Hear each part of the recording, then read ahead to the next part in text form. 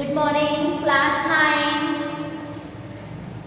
बच्चों, हम 9th में फिजिक्स में स्थितिज ऊर्जा पढ़ रहे थे। स्थितिज ऊर्जा, गतिज ऊर्जा, ये आपके टॉपिक कंप्लीट हो गए थे और आप लोगों ने इन सब के नोट्स भी बना लिए, है ना? बना लिए ना बेटा?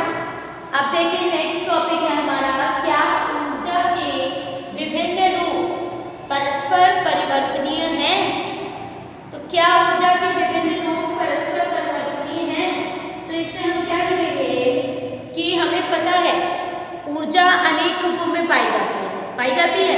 यांत्रिक ऊर्जा, ऊष्मीय ऊर्जा, तापीय ऊर्जा होती है या नहीं होती? प्रकाश ऊर्जा, ध्वनि ऊर्जा, इन सब के नोट्स आपने बनाए हैं।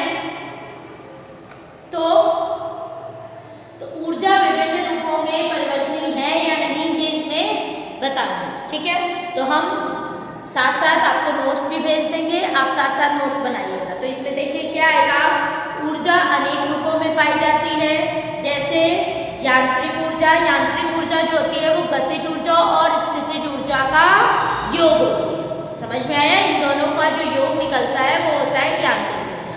प्रकाश ऊर्जा, ध्वनि ऊर्जा, इन सब रूपों में पाई जाती है। और ऊर्जा के एक रूप को दूसरे रूप में परिवर्तन करने के प्रोसेस को ही हम क्या बोलते हैं? ऊर्जा रूपांतरण, ठीक है? ऊर्जा के एक रूप से दूसरे रूप में परिवर्तित होने की जो प्रक्रिया होती है उसे बोलते हैं ऊर्जा का रूपांतरण, ठीक है? अब आगे देखिए, तो ऊर्जा रूपांतरण के उदाहरण क्या है, ठीक है? ये आपकी बुक में नहीं होंगे बट मैं आपको नोट्स भेज दूँगी, ठीक है? तो लिखिएगा ऊर्जा रूपांतरण के उदाहरण। तो देखिए बेटा, अब नेक्स्ट आपका टॉपिक है ऊर्जा रूपांतरण के उदाहरण। अब ऊर्जा रूपांतरण के उदाहरण में हमारा फर्स्ट है, जब ऊंचाई से कोई वस्तु गिरती है, ठीक है? तो उसमें ऊर्जा का रूपांतरण कैसे होता है, मतलब ऊर्जा एक रूप से दूसरे रूप में कैसे बदलती है। तो देखिए, जैसे हमने किसी ऊंचाई से वस्तु को गिराया, ठीक है? तो जब ऊंचाई से वस्तु को गिराया तो इसमें देखिए उसकी हाइट क्या है, h, ऊंचाई क्या दी है, h। इसके बाद ऊर्जा का ये स्थितिज ऊर्जा, ये कौन सी ऊर्जा है? स्थितिज ऊर्जा। EP मतलब स्थितिज ऊर्जा और EK मतलब गतिज ऊर्जा। तो देखिए स्टार्टिंग में उसकी स्थितिज ऊर्जा mgh थी, ठीक? और गतिज ऊर्जा थी 0। बीच में जब वो पहुंचा तो गतिज ऊर्जा प्लस स्थितिज ऊर्जा दोनों मिलकर क्या हो गई, mgh, ठीक है? तो मतलब ये क्या हो गई, यांत्रिक ऊर्जा, क्योंकि दोनों का योग होता है। इसके बाद जब वो लास्ट एंड पॉइंट तक पहुंची तो गतिज ऊर्जा जो है वो mgh हो गई और स्थितिज ऊर्जा 0। मतलब स्थितिज ऊर्जा गतिज ऊर्जा में परिवर्तित हो। समझ में आया? तो ऊर्जा रूपांतरित होती है ना, तो इससे ये पता चला कि ये जो स्थितिज ऊर्जा थी ये किसमें परिवर्तित हो गई, गतिज ऊर्जा। समझ आया? तो हम यही लिखेंगे कि ऊंचाई से गिरती हुई वस्तु में स्थितिज ऊर्जा का गतिज ऊर्जा में स्थानांतरण होता है। समझ आया बेटा? नेक्स्ट है सरल लोलक के दोलन में। अब सरल लोलक के दोलन में देखिए, अब नेक्स्ट देखिए सेकंड पॉइंट, सरल लोलक के दोलन में। अब आपको पता है जैसे घड़ी में वो जो बॉब लगी होती है, सरल लोलक जो 1 आवर होता है कंप्लीट, 1 घंटा, तो वो ऐसे एक राउंड लेती है ना, बॉब जो लगी होती है उसको बोलते हैं सरल लोलक, ठीक है? उसमें क्या होता है कि जो हमारी ये बॉब होती है, ठीक, ये एक बार इधर किनारे जाती है, एक बार उधर किनारे, फिर बीच में आती है, फिर एक बार इधर किनारे, एक बार उधर किनारे, ऐसे ही तो होता है दोलन सरल लोलक में, इधर उधर। तो इसमें क्या होता है, इसमें इस जो मेन उसकी प्लेस है उस प्लेस पर गतिज ऊर्जा महत्तम होती है और स्थितिज ऊर्जा 0। बाकी दोनों में स्थितिज ऊर्जा महत्तम होती है, देखो, और गतिज ऊर्जा 0। समझ में आया? तो इसमें क्या लिखेंगे, स्थितिज ऊर्जा से गतिज ऊर्जा में रूपांतरण होता है और फिर गतिज ऊर्जा का रूपांतरण किसमें होता है, स्थितिज ऊर्जा। समझ में आया बेटा?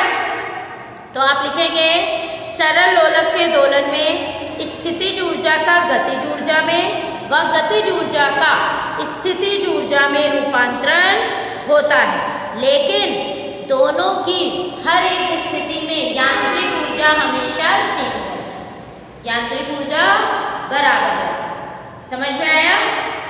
इसके बाद नेक्स्ट आपका आता है ऊष्मीय पावर स्टेशन। अब देखिए ऊष्मीय पावर स्टेशन में क्या होता है, ये थर्ड पॉइंट है आपका।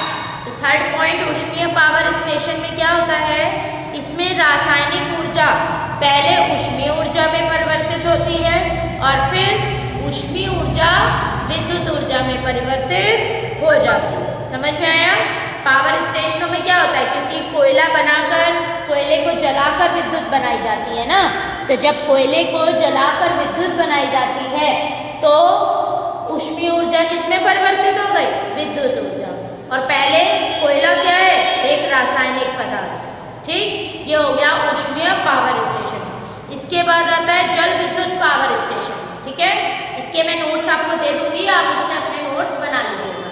अभी इसमें समझ लीजिए जल विद्युत पावर स्टेशन में क्या होता है। जल विद्युत में पहले स्थितिज ऊर्जा गतिज में परिवर्तित होती है और फिर गतिज ऊर्जा किसमें परिवर्तित हो जाती है, स्थितिज ऊर्जा में। समझ में आया? गतिज ऊर्जा किसमें परिवर्तित हो जाती है, विद्युत ऊर्जा में। ठीक, तो आपका थर्ड था ऊष्मीय पावर स्टेशन और फोर्थ था, इसके बाद आपका आता है विद्युत हीटर में। अब आपको तो पता है हीटर में ऊर्जा कैसे आती है, पहले हम विद्युत ऊर्जा उसको देते हैं, विद्युत ऊर्जा से हीटर गर्म होकर हमें क्या देता है, ऊष्मीय ऊर्जा, और फिर वो ऊष्मीय ऊर्जा किसमें चेंज होती है, ऊष्मीय ऊर्जा प्लस प्रकाश ऊर्जा। किसमें चेंज हो जाती है, ऊष्मीय ऊर्जा प्लस प्रकाश ऊर्जा। इसके बाद नेक्स्ट आता है विद्युत बल्ब में। अब विद्युत बल्ब में भी क्या करता है, विद्युत ऊर्जा देता है। जब हम उसको विद्युत ऊर्जा देंगे तो वो परिवर्तित किसमें हो जाएगी, प्रकाश ऊर्जा प्लस ऊष्मीय ऊर्जा। किसमें परिवर्तित होती है, क्योंकि विद्युत बल्ब लाइट देता है। इसके बाद आपका आएगा बिजली के पंखे या मिक्सी। तो इन सब में क्या होता है, विद्युत ऊर्जा किसमें परिवर्तित होती है, यांत्रिक ऊर्जा में। विद्युत ऊर्जा पंखे वगैरह में किसमें परिवर्तित हो जाती है, एक यांत्रिक ऊर्जा में। यांत्रिक ऊर्जा मैंने बताया ही है काइनेटिक प्लस स्थितिज ऊर्जा, मतलब गतिज और स्थितिज ऊर्जा का योग। ठीक है, नेक्स्ट आता है बैटरी में। अब बैटरी में क्या होता है, तो बैटरी में क्योंकि सेल लगते हैं तो रासायनिक ऊर्जा चेंज हो जाती है विद्युत ऊर्जा में। रासायनिक ऊर्जा किसमें चेंज हो जाती है, विद्युत ऊर्जा में। ठीक है, नेक्स्ट डायनेमो में। डायनेमो में गतिज ऊर्जा विद्युत ऊर्जा में चेंज होती है। मोमबत्ती में, अब मोमबत्ती में रासायनिक ऊर्जा प्रकाश ऊर्जा प्लस ऊष्मीय ऊर्जा में चेंज होती है। सौर सेल, सौर सेल में क्या होता है, हमें विद्युत ऊर्जा मिलती है, तो सौर सेल में सौर ऊर्जा विद्युत ऊर्जा में चेंज हो जाती है। नेक्स्ट लाउड स्पीकर, तो लाउड स्पीकर में विद्युत ऊर्जा ध्वनि ऊर्जा में चेंज होती है। इसके बाद माइक्रोफोन में ध्वनि ऊर्जा विद्युत ऊर्जा में चेंज होती है। ठीक, बंदूक से छूटी गोली, इसमें गतिज ऊर्जा, ऊष्मीय ऊर्जा, प्रकाश ऊर्जा और ध्वनि ऊर्जा तीनों में चेंज हो जाती है। ठीक है, क्योंकि बंदूक से जब गोली निकलती है तो पहले ऊष्मीय ऊर्जा, उसके बाद उसका शेष भाग प्रकाश ध्वनि उत्पन्न करता है, तो प्रकाश ऊर्जा प्लस ध्वनि ऊर्जा में चेंज होती है। तो इस तरह उसने जो बोला था कि क्या ऊर्जा के विभिन्न रूप परिवर्तनीय हैं, तो हाँ, ऊर्जा के सभी रूप एक रूप से दूसरे रूप में परिवर्तनीय हैं। ठीक है, तो ये 10-11 पॉइंट्स हैं, ये मैं आपको नोट्स दे दूंगी, आप उसी से नोट्स बना लीजिए। ठीक है, अपनी कॉपी में नोट कर लीजिएगा। इसके बाद नेक्स्ट टॉपिक आता है ऊर्जा संरक्षण का नियम। अब ऊर्जा संरक्षण का नियम क्या होता है, नेक्स्ट टॉपिक है हमारा ऊर्जा संरक्षण का नियम। अब ऊर्जा संरक्षण का नियम क्या होता है, तो हमने अभी सारे एग्जाम्पल्स पढ़े कि किस तरह ऊर्जा एक से दूसरे में कन्वर्ट हो जाती है, मतलब एक वे से दूसरे वे में ऊर्जा कन्वर्ट हो जाती है। तो अब इसमें ऊर्जा संरक्षण का नियम क्या है, ऊर्जा एक रूप से दूसरे रूप में बदलने की प्रक्रिया से ऊर्जा के संबंधित नियम का पता चलता है। अब ऊर्जा का संरक्षण का नियम है क्या, और ये आप चेंज नहीं कर सकते, ये जो नियम है आपको यही लिखना है। ठीक है, तो नियम क्या है, ऊर्जा ना तो जा सकती है और ना ही नष्ट की जा सकती है। ठीक है, ऊर्जा ना तो उत्पन्न की जा सकती है और ना ही नष्ट की जा सकती है। इसे केवल एक रूप से दूसरे रूप में परिवर्तित किया जा सकता है। तो ऊर्जा संरक्षण का नियम क्या है? ऊर्जा ना तो उत्पन्न की जा सकती है और ना ही नष्ट की जा सकती है।